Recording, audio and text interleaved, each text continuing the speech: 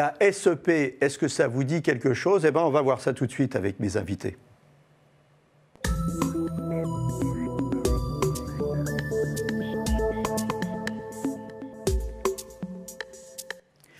Bonjour, alors avec moi sur le plateau, Brigitte Tétinger. Brigitte Tétinger, vous êtes présidente de la fondation ARCEP. Qu'est-ce que ça veut dire ARCEP? C'est la fondation qui lève des fonds et qui, pour la sclérose en plaques et pour tous ceux qui décident de soutenir en fait, la recherche sur cette maladie. Alors, moi je vais vous donner la vraie réponse. Fondation pour l'aide à la recherche sur la SEP, c'est ça ARCEP. Hein, c'est ça.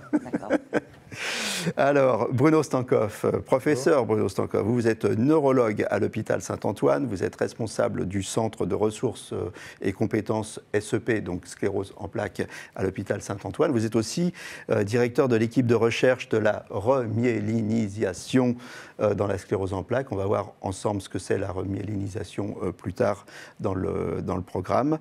Et Gwendoline Michenet, vous êtes notre témoin du jour. C'est super gentil d'être venu pour témoigner de la sclérose en plaques sur le plateau, Gwendoline. Vous avez 34 ans, vous avez un petit garçon de 8 ans, Erwan, hein, c'est ça, et vous souffrez de sclérose en plaques. Alors comment c'est arrivé ? Oui, tout à fait. Donc je souffre de sclérose en plaques depuis octobre 2013. Donc j'avais une vie totalement normale, je travaillais dans la grande distribution et j'ai... Je compte bien, donc vous aviez 26 ans, 27 ans à l'époque? Voilà, j'avais 27 ans, effectivement. Et j'ai eu une intoxication alimentaire toute simple, basique, je dirais, et je me suis retrouvée à ne plus voir d'un œil. Donc à ce moment-là, j'ai été tout de suite au 15-20, à l'hôpital des 15-20 à Paris, où on m'a fait passer une batterie d'examens, où après j'ai donc fini, puisque j'habite en Seine-et-Marne, j'ai fini à l'hôpital avec ponction lombaire pour avoir le diagnostic de la sclérose en plaques. Donc cette intoxication alimentaire a été un effet déclencheur pour que je puisse connaître, puisque à l'époque de mon diagnostic, en 2013, j'avais déjà 4 lésions dans le cerveau, donc j'avais déjà eu 3 poussées dont je ne connaissais pas. Alors, qu'on comprenne bien, quand vous dites c'est un élément déclencheur, professeur Bruno Stankoff, c'est pas parce qu'on fait une intoxication alimentaire qu'on va avoir la sclérose en plaques. C'est un hasard. Bien sûr, ce n'est pas la cause de la sclérose en plaques, l'intoxication alimentaire, mais le symptôme s'est révélé au décours de cette intoxication. Et ça peut arriver qu'un symptôme de la sclérose en plaques se révèle après une infection, même s'il n'est pas directement lié à cette infection, mais parce qu'on sait que certains tableaux de fièvre ou de mal-être général en cas d'infection, ça fait passer le seuil d'un symptôme et on le perçoit. Comme vous disiez, vous aviez probablement déjà eu des lésions auparavant, mais elles étaient passées inaperçues. Alors, 27 ans, on vous dit vous avez une sclérose en plaques, vous vous laissez abattre ou pas? D'abord, est-ce que vous savez ce que c'est que la sclérose en plaques? Alors au départ, pas du tout. J'ai vaguement déjà entendu parler de cette maladie, mais je ne connais pas. Je commence à me renseigner un peu à gauche, à droite, et je me dis, elle a l'air d'être costaud cette maladie, mais bon, c'est comme ça, j'ai pas le choix, elle est là. Donc on va continuer de vivre. Et la première chose, je me dis, si moi je suis comme ça, il faut que j'aide les autres. Donc je me rapproche très très rapidement de la fondation ARCEP en me disant comment je peux vous aider. Voilà, je viens d'avoir le diagnostic. Si je peux aider les gens au moment pour accepter leur diagnostic, je suis là. Donc en fait, vous avez tout de suite un tempérament, je crois que vous êtes sportive déjà à l'époque, et vous avez un tempérament de combattante. Vous dites on ne va pas se laisser aller, on va aider les autres, on se rapproche de l'association. Vous dites je ne vis pas avec la maladie, c'est la maladie qui vit avec moi. Tout à fait. C'est un peu la fanfaronne là, non? Non, après ça n'engage que moi effectivement, mais pour moi, pour l'évolution de la maladie, beaucoup de choses se passent dans son moral. Je me dis, si la maladie elle est là, on n'a pas le choix. Mais si je pars du principe qu'elle vit avec moi, voilà, même moi, je n'ai pas le choix. Hein, mais ce n'est pas elle qui va guider ma vie, en fait. Elle va me suivre, c'est tout. Et ce n'est pas moi qui vais la suivre. Bruno Stankoff, quand on a le moral, on vit sans doute mieux avec la maladie. Pour autant, on peut avoir le moral et ce n'est pas ça qui va empêcher la maladie de progresser, hélas. C'est vrai, mais c'est néanmoins un point extrêmement important. Ce n'est pas une maladie qui est systématiquement très grave ou très invalidante, et c'est une maladie, on en reparlera, mais qu'on traite quand même de mieux en mieux. En revanche, c'est une maladie qui génère de l'anxiété parce qu'on la connaît mal, parce qu'il y a une appréhension. Et au fond, si on reprend l'historique d'un certain nombre de patients qui ont eu cette maladie, cette anxiété était une source de souffrance non négligeable, voire parfois l'une des sources principales. Donc c'est très important de s'informer et de garder un bon moral et, comme vous le dites aussi, de maintenir cette activité physique, ce côté battant. Tout ça, c'est des éléments extrêmement positifs aussi pour l'évolution de la maladie et au moins pour sa perception, ça c'est certain. Ça c'est certain, oui. Alors, pour autant, tout n'est pas forcément rose, au niveau professionnel notamment. Qu'est-ce qui s'est passé ? Donc, 1 an en arrêt maladie, le temps de traiter, effectivement, j'ai au niveau de mes yeux, puisque je ne voyais plus rien, donc il a fallu traiter. Parce qu'en fait, la première année, vous avez eu 7 poussées j'ai eu 7 consécutives. poussées. Est-ce que le fait de connaître son diagnostic, on peut dire que ça génère de l'anxiété et que ça génère des poussées ? Les poussées ne sont pas la conséquence directe de l'anxiété. Les poussées, c'est un phénomène inflammatoire, c'est une maladie auto-immune, donc c'est un phénomène inflammatoire avec une reconnaissance anormale de structures dans le cerveau qu'on appelle les gaines de myéline. Et ça, on ne peut pas dire qu'il y a un lien direct avec l'anxiété, même si, dans un certain nombre de cas, on trouve quand même la conjonction des deux, mais il n'y a pas de preuve que ce soit lié. En revanche, le vécu anxieux est une source de souffrance. Donc Gwendoline, vous, 1 an en arrêt maladie, et votre employeur, ça pose des problèmes, non ? Comment ça s'est passé ? Le problème, c'est que chef de rayon et sclérose en plaques, ça ne va pas avec. Et parce que vous étiez dans la grande distribution, voilà, c'est ça ? J'étais dans la grande distribution et chef de rayon sclérose en plaques, on ne peut pas. Donc je suis licenciée pour inaptitude médicale. Ensuite, 2 ans de chômage, où pendant ces 2 ans, je fais ma reconnaissance en qualité de travailleur handicapé pour mettre toutes les chances de mon côté pour réussir à retrouver un emploi. Parce qu'effectivement, ça peut faire peur à des employeurs de dire attention, sclérose en plaques, je vais prendre un risque. Il y a une épée de Damoclès au-dessus de la tête, donc on ne sait pas comment va être la personne. Et donc, en 2016, je retrouve un emploi où je suis directrice d'une association qui est coproducteur du spectacle historique de Meaux. Et voilà, et aujourd'hui, vous êtes heureuse. Et aujourd'hui, je suis Et tout va bien. Et tout va bien. Et vous êtes la preuve qu'on peut avoir une sclérose en plaques et travailler et être... à plein temps. Voilà. Et ne pas être en fauteuil. Et être une maman. Et être une maman. Hein, qui, avec son... Il a quel âge maintenant ? Il a 8 ans. Il a 8 ans. Ouais. Voilà. Alors par contre, vous êtes aussi une victime collatérale de la Covid. Tout à fait. Qu'est-ce qui s'est passé là pendant la Covid ? En mars 2020, je devais prendre mon nouveau traitement parce que ma maladie avait évolué, pas forcément physiquement, mais j'avais de nouvelles lésions qui étaient apparues au niveau du cerveau. Donc je devais changer de traitement au mois de mars. Ce traitement devait être pris à l'hôpital avec une surveillance pendant 24 heures. Sauf qu'au mois de mars, on est en plein Covid. Donc forcément... c'est le premier confinement. C'est le premier confinement, donc pas d'hospitalisation pour prendre un nouveau traitement. Donc au mois de mai, névrite optique et 2 nouvelles lésions dans le cerveau dû au fait que je n'ai pas eu de traitement. J'ai arrêté mon ancien traitement le 31 décembre et j'ai fait ma névrite optique fin mai 2020. Ça m'amène à 2 questions, professeur Stankov. D'abord, est-ce qu'il y a beaucoup de gens qui souffrent de cet arrêt de traitement ou de ce retard dans le traitement ? Et deuxièmement, est-ce que les malades de la SEP doivent se faire vacciner ? Et dans quelles conditions ? Alors effectivement, la période du premier confinement était une période très brutale où les soins ont été un peu dégradés puisqu'on était un peu envahi par ce Covid qu'on connaissait mal et les recommandations étaient de privilégier la prise en charge du Covid. Et il y a eu une période de 2 mois, 2 mois et demi de suivi qui était un suivi un peu distant, téléphonique, où on mettait en place des solutions de télémédecine.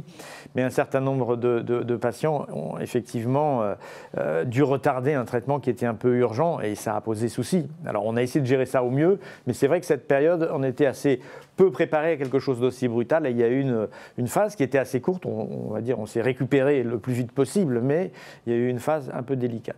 Le vaccin. Alors le vaccin.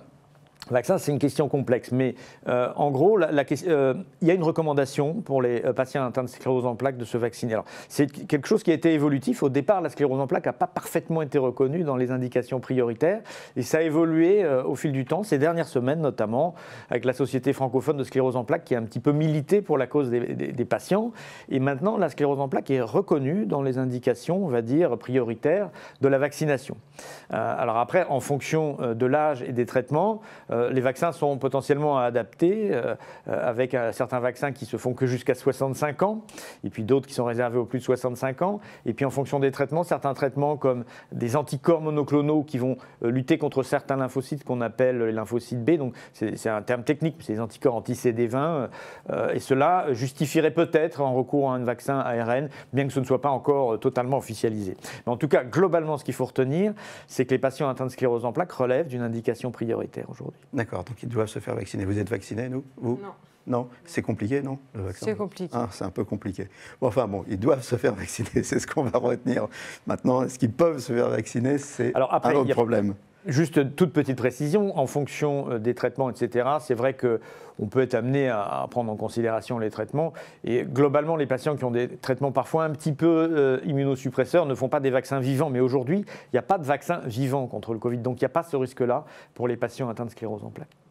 Alors, la sclérose en plaques, justement, on en parle depuis le début, mais on n'a pas dit ce que c'était. Alors, qu'est-ce que c'est la sclérose en plaques? La sclérose en plaques, c'est une maladie neurologique qui touche le système nerveux central, cerveau et moelle épinière, qui est une maladie inflammatoire qu'on apparente à ce qu'on appelle une maladie auto-immune. Le système immunitaire, au lieu de reconnaître des agents extérieurs, des virus, etc., il va reconnaître une structure du soi, qui est la gaine de myéline, qui est la gaine qui entoure les neurones, en fait, qui leur permet à la fois de les protéger et puis de conduire plus rapidement les informations, ce qui nous permet de courir, d'avoir des gestes rapides et de penser, en fait, de manière relativement rapide. Et donc, la sclérose en plaques, par endroits, va s'attaquer à cette gaine de myéline et va générer ce qu'on appelle ces plaques, c'est des lésions inflammatoires qui vont être responsables de symptômes de poussée. Et donc, on peut présenter une poussée quand on a une nouvelle lésion et que cette lésion est dans une zone dite fonctionnelle.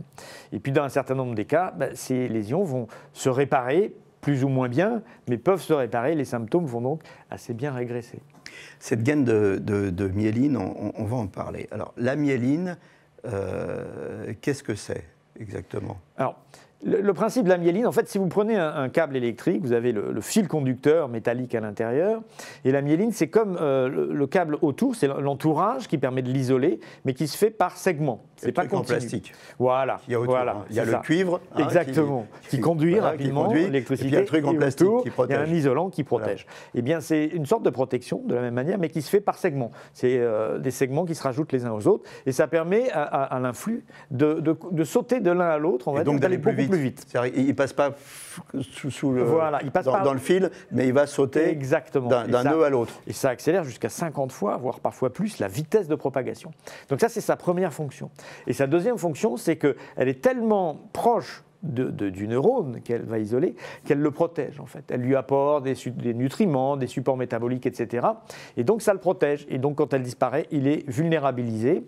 Et quand il est vulnérabilisé, il souffre et il peut on peut avoir une raréfaction de ses neurones. Et c'est ça qui va générer des signes qui deviennent non réversibles. Le handicap qu'on voit. Si j'ai bien compris, à la fois il est plus protégé et puis comme il n'y a plus cette gaine, cette propagation saltatoire, là, elle ne va plus se faire correctement. Exactement. Il y aura plus. À ce moment-là, quand ça touche un faisceau important avec une fonction donnée, ça peut donner un symptôme parce que toute une série de neurones s'arrête de fonctionner transitoirement puisque la conduction se bloque à cet endroit-là. Alors je serais tenté de vous dire, puisqu'on a identifié le truc, pourquoi on ne s'est pas remyéliniser finalement, c'est ça la solution, non? C'est une solution, en tout cas, c'est une approche sur laquelle on recherche depuis déjà beaucoup d'années. Alors, ce n'est pas si simple que ça. On sait déjà, d'une part, que les patients ont une certaine capacité de se réparer eux-mêmes, mais elles sont inconstantes et irrégulières selon les sujets. Il y en a qui le font mieux que d'autres. Il y a des périodes de la maladie où on le fait mieux que d'autres. Et puis après, les mécanismes de l'insuffisance de cette réparation, on commence à bien les comprendre. Ça, c'est vrai que la recherche a permis d'identifier, mais ils sont nombreux, ces mécanismes.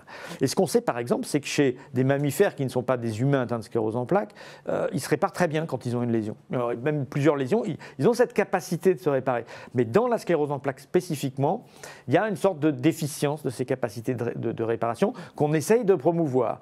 Et l'une des causes de cette insuffisance, mais ce n'est pas la seule, mais c'est quand même que c'est une maladie inflammatoire et que l'interaction entre l'environnement inflammatoire et la capacité de réparation n'est pas favorable. Alors, on a des pistes, on a beaucoup de pistes pour réparer, mais on n'est pas encore arrivé au moment où on peut dire à tout le monde « on va vous réparer ». C'est-à-dire que… Ça veut dire que pour l'instant, si j'ai bien compris, le corps se trompe, il s'attaque à cette gaine de myéline, oui. Et le corps qui se trompe gagne sur le corps qui veut se réparer et qui veut remyéliniser. Dans un certain nombre de cas, en tout cas, il dépasse les capacités de réparation. Alors que chez certains mammifères, non. Voilà, mais les mammifères n'ont pas la sclérose en plaques, ils peuvent avoir d'autres types de lésions, mais on sait qu'ils peuvent se réparer. Il y a des capacités de réparation intrinsèques chez les mammifères, mais dans la sclérose en plaques particulièrement, celles-ci sont mises en défaut quelque part. Et donc ça, c'est quand même une des pistes de recherche importantes. Très importante. Très importante. Très importante. Et alors, qu'est-ce qu'on va faire? On cherche quoi? Des molécules pour aider à la remyélinisation? Oui, on cherche des molécules, des principes thérapeutiques. Alors ça peut être des molécules ou ça peut être des interventions physiques. On commence à réfléchir aussi à stimuler l'activité des neurones. Mais des molécules, à partir des résultats scientifiques, expérimentaux, on a beaucoup de candidats maintenant. C'est-à-dire qu'on a plus de 50 molécules qui seraient potentiellement candidates à être testées chez des patients pour favoriser leur capacité de réparation. Alors, peu d'entre elles ont déjà été testées dans des études très préliminaires et montrent des premiers résultats qui sont encourageants, on va dire, mais on n'est pas encore au stade du bénéfice clinique. Après, l'une des difficultés, c'est qu'on a beaucoup de candidats, mais c'est un paradigme pour évaluer ces molécules qu'on connaît moins bien que les anciens traitements qu'on testait sur l'inflammation. Et donc, il faut arriver à trouver les bonnes méthodes pour évaluer l'efficacité de ces molécules et choisir lesquelles, parmi ces 50 ou 100 candidats, seront les plus intéressants, les plus prometteurs. Alors, si j'ai bien compris, donc aujourd'hui, on a des pistes, mais on ne guérit pas encore la sclérose en plaques, on ne la guérit pas. Par contre, on la prend en charge, et on la prend en charge de mieux en mieux. Alors, comment?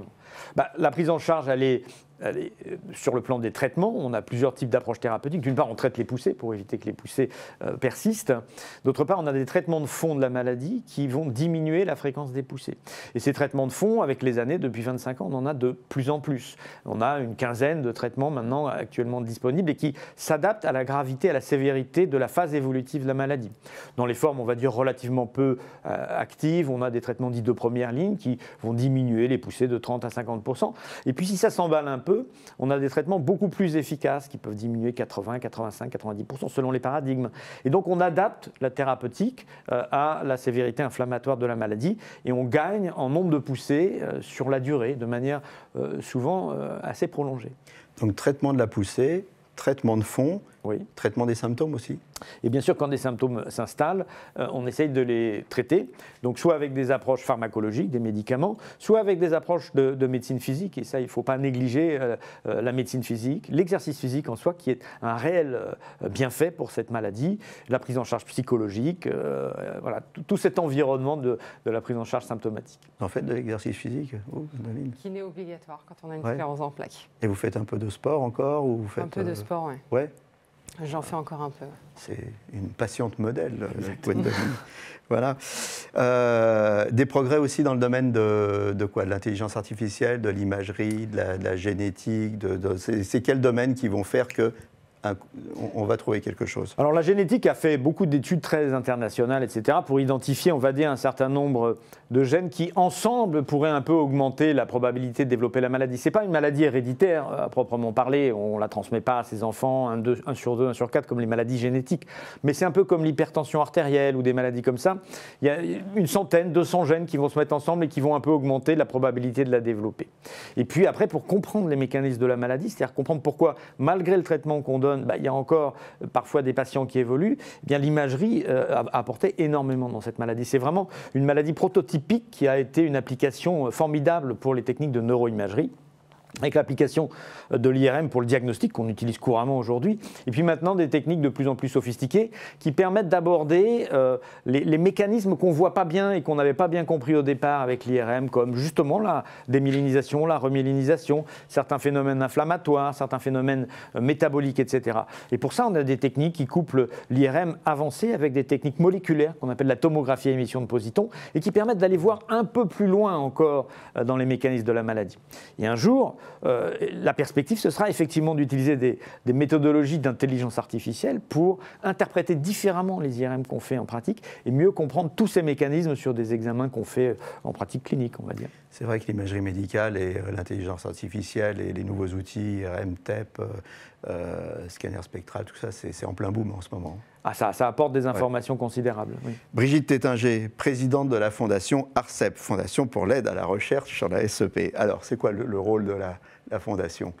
La fondation, elle est... Montre la petite cagnotte. Oui, je vais expliquer ce que c'est que cette petite cagnotte. Alors d'abord, je suis une toute nouvelle présidente, puisque j'ai pris la présidence au mois de décembre. Et je vais répondre à votre question indirectement, mais si j'ai pris cette présidence, c'est parce que j'ai découvert en fait assez tardivement ce que c'était que cette maladie. Et je dois ajouter qu'elle touche quand même sur 4 malades, 3 femmes. Donc c'est pour ça d'ailleurs qu'on va faire une opération spécialement qui tombe, peut-être pas par hasard, mais c'est le jour de la fête des mères, donc le 30 mai cette année. Et puis deuxièmement, parce que c'est une période qui est vraiment difficile pour lever des fonds. Donc beaucoup d'argent est parti sur la Covid, enfin sur la recherche pour la Covid, ce que je comprends parfaitement. Mais il ne faut pas oublier les autres. Et donc, c'était une motivation pour moi aussi pour prendre cette présidence. Oui, et puis la campagne d'appel de fonds que vous aviez fait l'année dernière, comme beaucoup d'associations d'ailleurs, a été... Tout ce qui s'est passé sur le terrain n'a pas pu se passer sur le terrain. Oui. Donc aujourd'hui, en clair, vous manquez d'argent. Alors, on manque d'argent. Alors, on a été très aidés, je dois dire, mais comme d'autres causes, par les legs. Parce qu'il y a quand même des gens qui ont souffert toute leur vie et qui décident qu'une partie de leur argent va soutenir justement ce que vous faites, c'est-à-dire pour aider les autres, ceux qui traversent. Donc ça, heureusement, les legs nous ont aidés, mais on n'a pas pu compter sur ce qui se passait sur le terrain, puisqu'il n'y avait plus de terrain. Concrètement, l'ARCEP, ça existe depuis plus de 45 ans, oui, hein, c'est ça maintenant. Absolument. Le rôle, information, répondre effectivement à toutes les questions que peuvent se poser ou aider, comme vous l'avez dit, on apprend qu'on a cette maladie, se retourner vers l'ARCEP. Mais vous avez quand même des gens qui peuvent vous répondre, qui peuvent vous aider, qui peuvent vous entourer et lever des fonds pour soutenir la recherche, parce que tout passe quand même par les avancées sur la recherche. Hein, donc, travailler en lien avec les médecins aussi, je suppose, et puis... On travaille absolument, on travaille en lien avec les médecins. On travaille, je dirais, pour les médecins, pour la recherche et évidemment, but ultime, pour les patients. Et vous avez des patients experts aussi. Vous êtes patiente experte ? Oui. Gwendoline, qu'est-ce que c'est un patient expert, on rappelle? Alors, on a des patients experts, on a des bénévoles aussi. Donc, patient expert, je pense que vous l'avez expliqué tout à l'heure. Mais... Je prends toujours cet exemple-là. J'ai mon numéro qui se trouve sur le site de la Fondation ARCEP. J'aide en fait... J'aide toute personne de toute la France, pas que la Seine-et-Marne où je suis, pour la maladie, pour que ce soit le patient ou que ce soit la famille. Je suis là en fait pour les aider à ce niveau-là. Donc on est vraiment aidé par les patients experts, également par les bénévoles. Et donc sur cette petite boîte que vous avez montrée, je la remonte. Voilà. Alors on va faire un appel pour que tous les commerçants qui seront ouverts, je l'espère, de tout cœur en France au mois de mai, et en tout cas le 30 mai, puissent l'avoir pendant le mois de mai, on puisse donner un peu d'argent qui ira pour la bonne cause. Elle en a besoin d'argent, la recherche, Bruno Stankoff, bien comme sûr. Toujours. Bien sûr. On ne devrait jamais poser cette question à un chercheur. C'est évidemment le nerf de la guerre, mais je dois évidemment souligner le rôle fondamental que joue la Fondation ARCEP depuis plus de 50 ans maintenant en France. Je suis moi-même membre du conseil scientifique, bien sûr, depuis plus de 10 ans de cette fondation, et j'ai reçu des aides financières, notamment pour les chercheurs qui se lancent un peu dans cette entreprise de faire de la recherche sur la sclérose en plaques. L'ARCEP est vraiment un formidable tremplin et elle joue un rôle majeur en France. Vous parliez tout à l'heure de l'imagerie. La recherche aujourd'hui, elle est vraiment multidisciplinaire et c'est vraiment la convergence des connaissances à laquelle on assiste entre vos collègues de l'imagerie, les généticiens, votre expérience de la maladie. C'est comme ça que ça se joue, c'est des équipes aujourd'hui? Ça se joue aussi comme ça. C'est important d'avoir une vision, on va dire, un peu translationnelle. C'est-à-dire qu'on essaie de trouver des nouveaux concepts à partir d'une science un peu plus fondamentale, mais rapidement, on essaye quand même que cela bénéficie aux patients, que ce soit pour de l'imagerie ou pour des traitements. À titre d'exemple, notre équipe de recherche à l'ICM, que je co-dirige avec Catherine Lubetsky, c'est une équipe justement où on fait de la science fondamentale et où on essaye d'extraire les découvertes directement pour les appliquer aux patients, que ce soit pour de l'imagerie, que ce soit pour des traitements. Et Gwendoline, alors, est-ce que vous pensez que vous allez en bénéficier de tout ça un jour? Oui, je pense. Est-ce que vous croyez que vous allez guérir un jour de la... Oui, j'y crois. Ouais. J'y crois parce que la recherche avance très très vite, donc je suis positive et j'y crois. Elle a raison d'y croire, Gwendoline. D'y croire certainement, bien sûr. Il est vrai que, la difficulté qu'on a avec cette maladie, c'est qu'on n'a pas identifié une cause précise. Vous voyez, par exemple, la Covid, c'est un virus, c'est une maladie. C'est assez simple comme paradigme de maladie, même si c'est compliqué à gérer, bien évidemment. Oui. Mais la sclérose en plaques, on n'a pas identifié réellement cette cause, genre un virus, une bactérie. Donc ça, c'est le point de complexité. Alors après, ce qu'il faut comprendre aussi, c'est que la rapidité d'évolution des connaissances et des découvertes scientifiques va de manière croissante à une vitesse phénoménale. Donc, bien sûr qu'on peut espérer que dans les années qui viennent, il y a des progrès majeurs. Eh bien voilà, espérons. Mais en attendant, il faut donner à l'ARCEP. Je remonte à nouveau la petite cagnotte. Donc il faut donner à l'ARCEP. Merci Brigitte Tétinger d'être venue sur le plateau. Merci aussi Bruno Stankov. On l'aura compris, il est urgent de remyéliniser. Voilà, il faut donner à l'ARCEP. De donner à l'ARCEP pour remyéliniser. Voilà. Et vous, Gwendoline, merci de votre pêche et de votre témoignage. Voilà, à très bientôt pour un nouveau numéro de Capital Santé et d'ici là, portez-vous bien.